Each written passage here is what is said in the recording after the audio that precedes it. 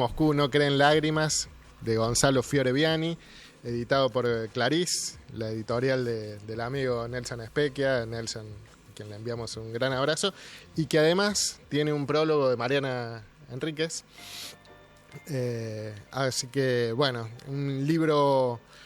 Gonzalo es abogado, doctor en relaciones internacionales, magíster, analista en política internacional, como decíamos, un chico súper joven, ¿no? O sea, 35 34. Un muchachito. Un muchachito, no sé cómo hizo para estudiar tanto en tan poco tiempo, y que me acaba de decir que su abuelo fundó el Festival Nacional de Malambo. Mirá, La Orde, Es la muy Orde. bueno. Así que bueno, tiene... Pará, y tiene prólogo de Mariana Enrique, falta que diga que Leila Guerriero lo nombra a su abuelo en el libro. Ya, Bueno, Ojo, habría que ver, seguramente. sí, habría que ver. Che, bueno, además, como decíamos, integró la lista de Defendamos Córdoba, la lista que presentó Natalia de la Sota. Así que un chico comprometido en política, súper estudioso, y que tuvo la suerte o el privilegio de ganar una beca que lo invitó a visitar Moscú y San Petersburgo en los primeros meses de este 2025. Lo cual es una cuestión muy especial, dado que Rusia está cerrada por una serie de sanciones debidas a la guerra Rusia-Ucrania. Para llegar a Moscú, Gonzalo tuvo que viajar a Brasil, de Brasil a África, y de África recién pudo llegar, porque no hay vuelos directos desde Europa. ¿Ah? Entonces, lo que tenemos es ojos cordobeses, ojos lúcidos, formados, sensibles, que miran lo que es la realidad de la Rusia de hoy en medio de un conflicto como la guerra Rusia-Ucrania, en donde Rusia no solo está enfrentando a Ucrania, sino de alguna manera está enfrentando a toda la OTAN, ¿no? Este choque con Occidente del país gobernado por Vladimir Putin desde 1999 a la fecha. Y bueno, lo que consigue Gonzalo, que se nota que es un tipo muy leído, que tiene grandísima formación, y esto le permite tener capacidad de observación que tal vez otra crónica de viaje sería más bien turística. En el caso de Gonzalo es una observación mucho más sensible, sociológica. Observa la juventud, observa el pueblo. Nos comenta, dice, el consumo no ha caído de ninguna manera en Moscú. Ni con la guerra. Ni con la guerra. O sea, es una ciudad que se la ve total y absolutamente segura, no hay problemas de inseguridad, la gente pasea por la noche sin ningún tipo de miedo a que le pase nada. Sí, cada tanto se escuchan algunas alarmas, en un momento tiene que bajar del hotel porque empieza a sentir una alarma que le pide que baje. O sea, están en una situación de guerra, hay ataques cada tanto de drones sobre Moscú, así que hay como una cierta tensión, pero como que la vida cotidiana de los moscovitas ha continuado más o menos igual. Han cambiado algunas marcas occidentales se han ido, pero han sido rápidamente suplidas por otras empresas rusas. Y lo que nos ofrece Gonzalo es eso, es una mirada con un claro sesgo, si se quiere, académico, sobre la vida, cómo continúa en Moscú, y sobre esa herencia que tienen los rusos y las rusas respecto a esto de que Moscú no cree en lágrimas, respecto a esa idea de sacrificio del pueblo ruso y a esa idea de continuidad y de aguante, de paciencia que lleva el pueblo ruso, que le permite sobrevivir a una situación de sanciones y de bloqueo que tal vez otro país quedaría... ¿Hay como un orgullo por parte del pueblo ruso frente a esto? Total. Es como una decisión existencial del pueblo ruso de sobrevivir, de bancársela y de no andar llorando por lo que no se tiene, sino decididos a buscar una especie de destino, de grandeza. No sé si lo cuenta Gonzalo ahí, y te hago esta pregunta, si el libro recoge estas impresiones. ¿Cuán diferente es la vida en Moscú de nuestra vida occidental? ¿Hay diferencias palpables o No. podemos pensar en No. Rusia como un país de este orden No. en el cual nosotros estamos? Digamos, la idea de que Rusia es un país comunista la tenemos que desechar claro. Sí, totalmente, ¿no? O sea, Porque hay gente que lo sigue creyendo, no, ¿no? bueno. Hay gente que sigue en la Guerra Fría todavía. tenemos que desechar esa idea. Rusia es un país que vive bajo una idea de consumo total y absolutamente capitalista, ¿no? O sea, las empresas, pero sí hay un orden. Él habla de la limpieza, del funcionamiento de los subtes, de la seguridad, que tal vez él plantea como que ninguna otra capital europea tiene la seguridad y la limpieza que tiene Moscú o que tiene San Petersburgo, ¿no?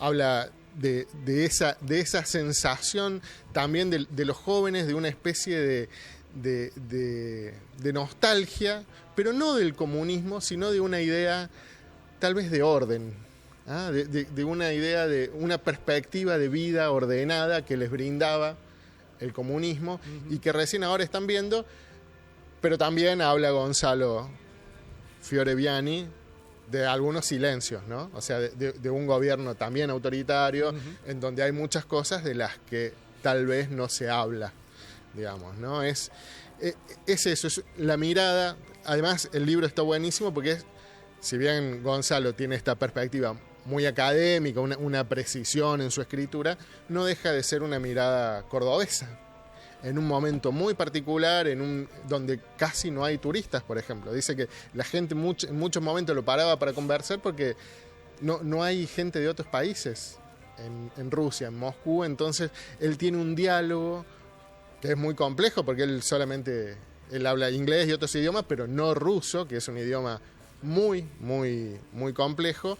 Entonces, como los rusos y las rusas intentan hablar con él hasta cierto punto, ¿no? Hay cosas de las que se pueden hablar y otras de las que no, pero como esta mirada sobre una sociedad que es muy ordenada, en donde ciertas ideas occidentales, por ejemplo, el feminismo, son miradas de una forma totalmente distinta a la que vemos nosotros. Los derechos de las minorías sexuales también tienen una perspectiva muy distinta a la cual tenemos nosotros, pero también Gonzalo en un momento se refiere a la gran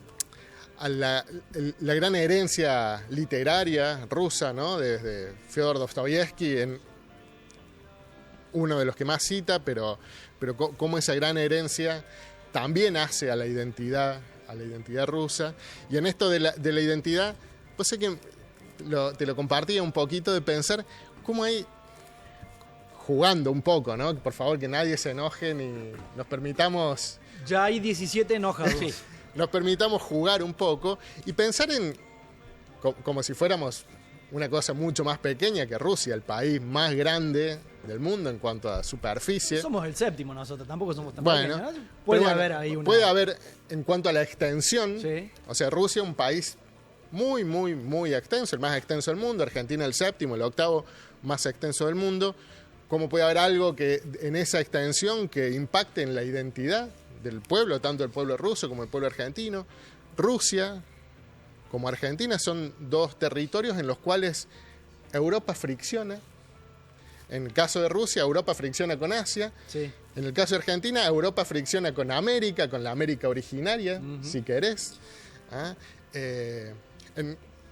Tanto Rusia como Argentina son territorios de dos fenómenos malditos, si se quiere, el comunismo y el peronismo.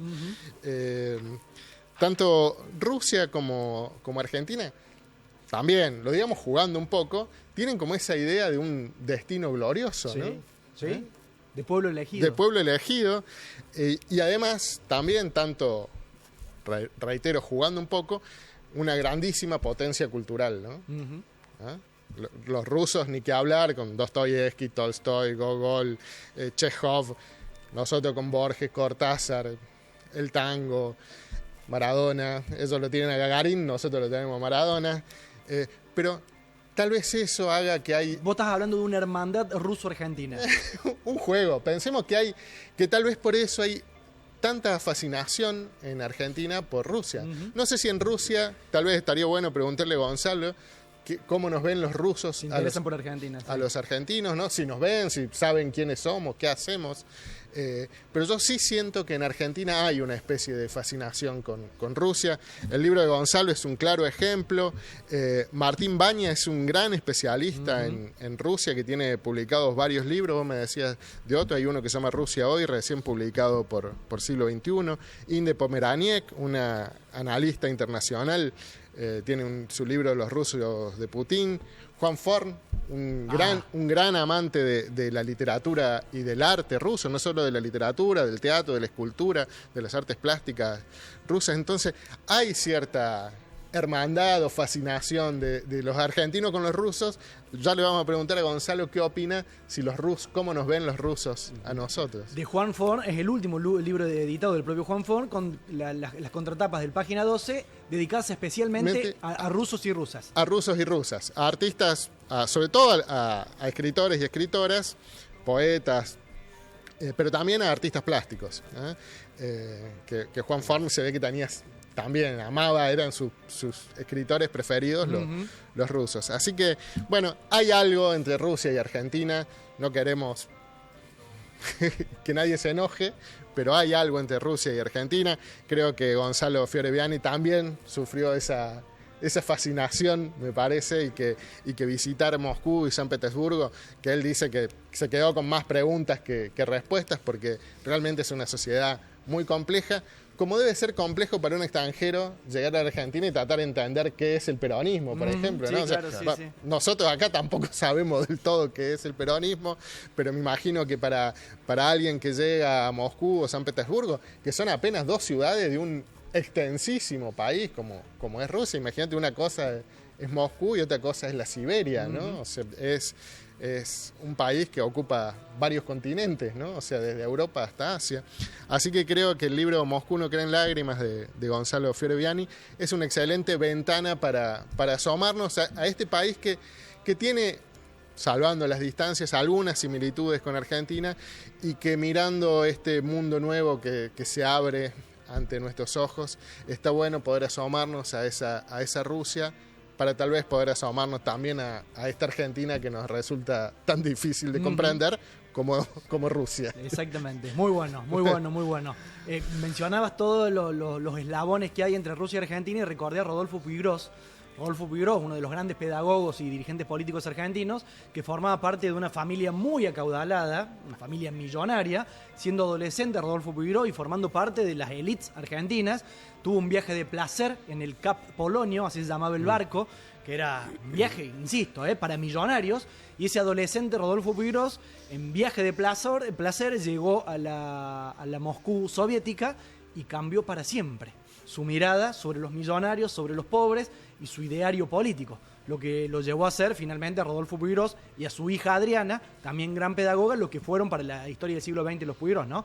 Y también fue conocer lo que era aquella Moscú para que Puiggrós cambiara por completo su idea del mundo. A mucha gente le impactó viajar a la Rusia, le cambió la perspectiva de su vida, ¿no?